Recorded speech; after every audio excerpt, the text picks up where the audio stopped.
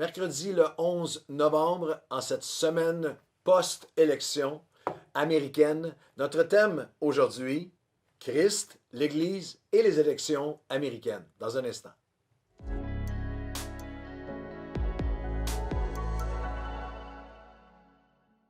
Bonjour à tous et bienvenue à votre café matinal. En cette journée où une fois par semaine, nous jeûnons, nous prions ici à Nouvelle Vie avec vous et pour vous. Et c'est encourageant parce que beaucoup d'entre vous nous écrivez et nous avez dit qu'à quelque part, lorsque vous avez commencé à suivre les cafés matinaux, vous avez pris cette habitude de prendre une journée à part, qu'à chaque fois que vous voyez le café matinal avec jeûne et prière pour la journée, vous prenez un temps spécial de jeûne, de prière. Et puis-je vous suggérer cette semaine, alors que nous prions avec vous, avec des pasteurs de Nouvelle Vie, aujourd'hui, tout le staff se réunit, le personnel de l'Église, avec des pasteurs du mouvement, l'Association chrétienne de la francophonie, où nous prions ensemble, la réunion de mi-semaine le soir, où nous prions aussi. Puis-je vous suggérer qu'aujourd'hui, nous puissions prier pour les autorités, puissions prier pour tous ces dénouements et la société américaine, non seulement la société américaine, nos propres sociétés, alors que la pandémie se poursuit, fait rage, alors qu'il y a toutes sortes de mesures qui doivent être prises, alors qu'il y a un ethos colérique, un ethos. Vous savez, j'analyse les crises et le leadership en saison de crise depuis des années. Et j'ai apporté dans différents podcasts. La semaine dernière, j'ai envoyé des podcasts à la demande de plusieurs églises et différentes conférences et les différentes particularités de cette crise-ci. Et une des particularités que j'ai réalisées dans les derniers 3 mois, c'est que contrairement à la majorité des crises, cette crise divise. Si vous pensez un instant, très souvent dans les crises, les guerres, les crises politiques, après le 11 septembre, la nation entière qui se rallie derrière les politiciens, à travers les différentes guerres, à travers lorsqu'il y a un tremblement de terre, une crise, un génocide, dans l'après, il y a toujours un désir de, on va se ranger, là, on se range ensemble. Cette crise particulière, à travers le monde, c'est par sa nature, par son évolution, par le fait qu'il n'y a pas d'experts, par le fait que tout le monde la découvre et la science, la santé, l'économie, le politique, le social, la santé physique, la santé mentale, c'est une crise qui divise. Elle divise les partis, elle divise les nations, elle divise les familles, elle divise l'Église. Et à différents endroits du monde, c'est une réalité, mais particulièrement chez nos voisins du Sud. Vous savez, en tant que Québécois, je n'ai jamais vu une élection américaine susciter autant de passion ici. En tant que Québécois, et même que Canadiens, nous sommes une souris qui dort à côté d'un éléphant. Alors, l'éléphant nous influence. Et en ce moment, il y a un ethos de colère, un ethos de trouble, d'agitation. Alors, priez, c'est un mandat. Je ne prends pas de position politique en ce moment. Je vous dis de prier parce que c'est ce que la Bible nous dit de prier en levant des mains pures, sans colère ni mauvaise pensée. Et prions pour les autorités, prions pour la paix, prions pour la justice et la main de Dieu. Et en ce qui nous concerne, nous sommes en plein cœur de cette étude sur comment ensemble, quelle est la place, notre rôle, notre place, notre responsabilité, notre attitude, notre mission comme croyants au milieu, face au monde politique. C'est un bon moment pour en parler. Et notre verset thème de Romains, chapitre 12, nous ne serons pas conformés au siècle présent. Nous allons être transformés. Comment? La seule façon qu'on peut discerner ce qui est bon et agréable et parfait par la grâce de Dieu, la volonté de Dieu, c'est par le renouvellement de nos pensées.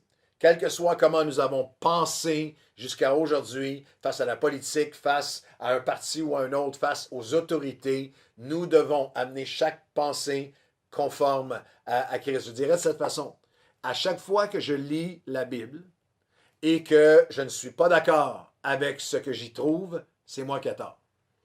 À chaque fois que je lis la Bible et que je ne suis pas d'accord avec ce que Christ m'enseigne, c'est moi qui ai tort.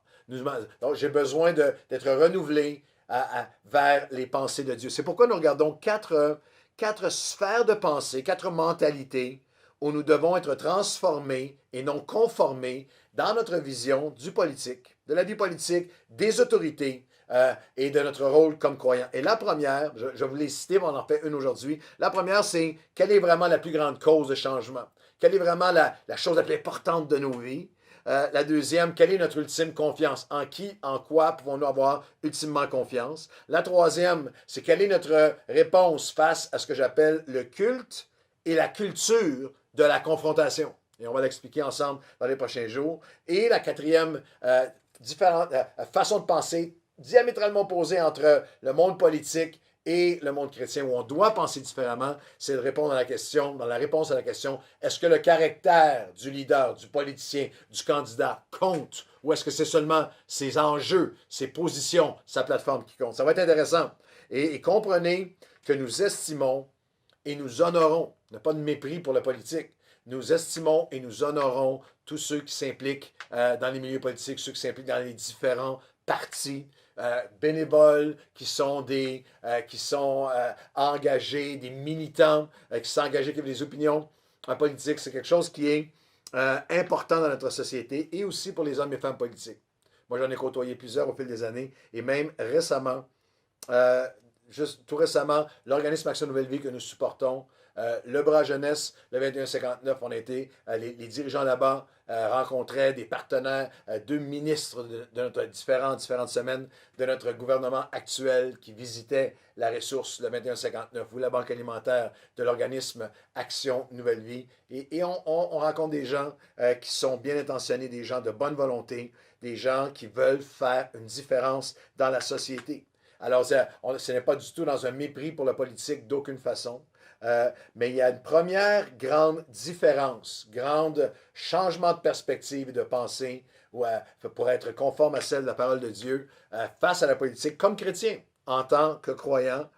Et c'est ce que j'appelle la cause suprême, ce qui est de suprême importance. Il semble en ce moment, dans l'époque dans laquelle on vit, qu'avec les médias 24 sur 24, 7 jours sur 7, la politique est tout ce qui compte.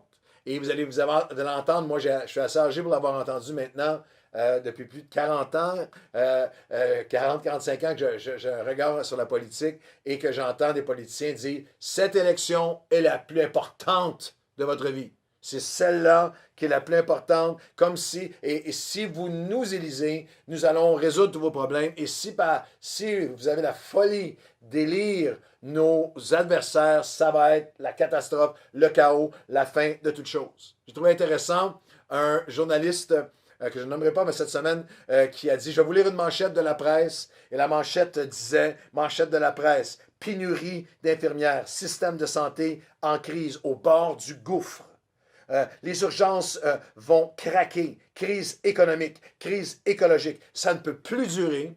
Et le journaliste a dit, je viens de vous lire les manchettes, page couverture de la presse en 1980. Alors, il y a 40 ans, au Québec, et c'est encore le cas aujourd'hui. Je ne minimise pas la gravité de ce que nous vivons. Nous vivons une pandémie qui est historique, qui est sans précédent. Mais nous faisons gravement erreur lorsque nous mettons tous nos œufs dans le panier et nous croyons que c'est un politicien ou un parti qui va tout régler, que notre passion, notre engagement devrait être envers une position, une partie, une philosophie séculière. Je veux nous rappeler que, comme croyants et selon Christ, la plus grande cause, la chose la plus importante, le plus grand agent de changement sur la terre, c'est lui. C'est son message, c'est son évangile, c'est les plans de Dieu, le message de Dieu, la sagesse de Dieu, les principes de vie que le Seigneur enseigne, la grande œuvre de Dieu qui change un cœur à la fois, mais qui change un cœur et qui peut donc changer des comportements et qui peut changer un couple, une famille, qui peut changer ultimement une société, une nation, des villes, des nations, des destinées. Éphésiens chapitre 3, verset 10 nous rappelle, afin que les dominations, Éphésiens 3, 10, afin que l'Église est là, afin que les dominations et les autorités puissent connaître aujourd'hui par l'Église. Laissez ça pénétrer votre cœur aujourd'hui. Par l'Église, la sagesse infiniment variée de Dieu. Wow! Notre mission sur la terre n'est pas en présentiel ou en ligne de nous réunir entre nous pour nous bénir comme un blessing club. Nous sommes appelés à faire connaître que toutes les autorités, même les autorités, le texte parle d'autorités dans les lieux célestes, et autorités sur la terre, faire connaître à ce monde par l'Église la sagesse infiniment variée de Dieu. Le message de Dieu, notre cause suprême est son royaume. Jésus a dit en Matthieu 16, 18, a dit, et moi, je te dis, Pierre, tu te sens petit, tu n'es qu'un caillou. Mais sur le rocher de la révélation, Pierre venait de dire, tu es le Christ, le Fils du Dieu vivant. Je vais bâtir mon Église. Et les portes du séjour des morts ne pourront pas l'arrêter. Jésus n'a jamais dit, je vais bâtir des candidats, je vais bâtir un parti, je vais bâtir un mouvement politique sur la terre. Je bâtirai mon Église, mon peuple, ma famille, mon royaume. Pas mon parti, ma politique, mon candidat, ma position. Son Église, parce que c'est la seule œuvre éternelle sur la terre. La seule œuvre qui peut changer la destinée sur cette terre et pour l'éternité de chaque être humain. C'est ce que Jésus fait depuis 2000 ans. D'élection en élection, de candidat en candidat, de promesse en promesse, de déception en déception, d'agenda en agenda et de conflit et de colère en conflit et en colère, de grandes promesses de grandes transformations en grandes promesses de grandes transformations. Depuis 2000 ans, d'élection en élection, de candidat en candidat, il bâtit son Église. Dieu bâtit sa famille. Dieu a créé tout l'univers parce qu'il désirait une famille sur la terre. Une relation avec nous et une relation où son Église devient ceux qui, littéralement, par l'Église, font connaître la sagesse infiniment variée dans toutes les sphères de la vie pour une vie abondante que Dieu offre à ce monde. Éphésiens 5, verset 25, Christ a aimé l'Église et il s'est offert pour elle. Nous devons aimer son œuvre, nous offrir pour elle. Si nous allons être efficaces et être son Église sur la terre en cette saison de colère et d'élection et de conflits, d'incertitudes, de révolte et de division, nous devons aimer son Église, nous offrir à nouveau pour elle. Je termine avec un dernier texte absolument magnifique. Si vous avez une vision réduite de ce que devrait être et ce qu'est l'Église sur la terre, Éphésiens 1, 21, 23, Jésus est assis à la droite du Père, le ressuscité, au-dessus de toute domination, toute autorité, toute puissance, de toute dignité, de tout nom qui peut se nommer. Trump, Biden, Pence, Harris, Legault, Trudeau, de tout nom qui peut se nommer. Non seulement dans le siècle présent, au moment où Paul l'a écrit, mais encore dans les siècles à venir. Il a tout mis sous ses pieds et il l'a donné comme chef suprême à l'Église. À l'Église, qui est son corps, la manifestation de qui il est sur la terre, la plénitude de celui qui remplit tout en tous. Peut-être que ça va vous sembler présomptueux, mais ce n'est pas en nous-mêmes, mais c'est en Christ. Mais dans la pensée de Dieu, en Christ, ce n'est pas l'Église qui est en périphérie, en parallèle avec le monde. Dans les yeux de Dieu sur la terre en 2020, c'est ce monde qui est en périphérie de son œuvre, de son royaume qui s'établit partout. Et vous avez une part et j'ai une part et nous participons. Nous sommes les pierres vivantes. Nous sommes l'Église. Nous sommes son peuple. Alors que Dieu nous ramène à quelle devrait être ma pensée face à je vais m'impliquer selon ma conscience, je vais chercher à avoir les meilleurs politiques possibles, pour avoir différentes opinions, mais je garde dans mon cœur la cause suprême à laquelle je suis appelé, le grand agent de changement dans notre monde, l'Église du Seigneur Jésus-Christ, le message de l'Évangile, de la bonne nouvelle de Jésus-Christ qui change les cœurs, les vies, une à la fois. Seigneur, aujourd'hui, ramène-nous à ton cœur. Ramène-nous, Seigneur, à être ton corps sur cette terre. Ramène-nous, Seigneur, à cette notion que nous sommes appelés à, en ce moment, pendant cette pandémie, non pas être conforme, à être une voix de plus qui gueule, qui crie, qui déchire. Non, Seigneur, nous sommes appelés à faire connaître par l'Église, avec tous les moyens que nous avons, en personne, au travail, avec nos amis, sur nos médias sociaux, parce que nous partageons, parce que nous postons. Seigneur, tous ensemble, par notre générosité, et ensemble en nous offrant à toi, comme tu as aimé l'Église et tu t'es offert pour elle. Nous te demandons, ramène-nous à ce cœur que la seule grande cause, c'est toi. Le plus grand agent de changement, c'est toi. Et Seigneur, par l'Église, Seigneur Dieu, nous allons faire connaître le plus grand de tous les messages. Ton amour, ton plan, ton pardon, ton salut. En Jésus-Christ. Dans le nom de Jésus. Amen et Amen. Bonne journée à tous.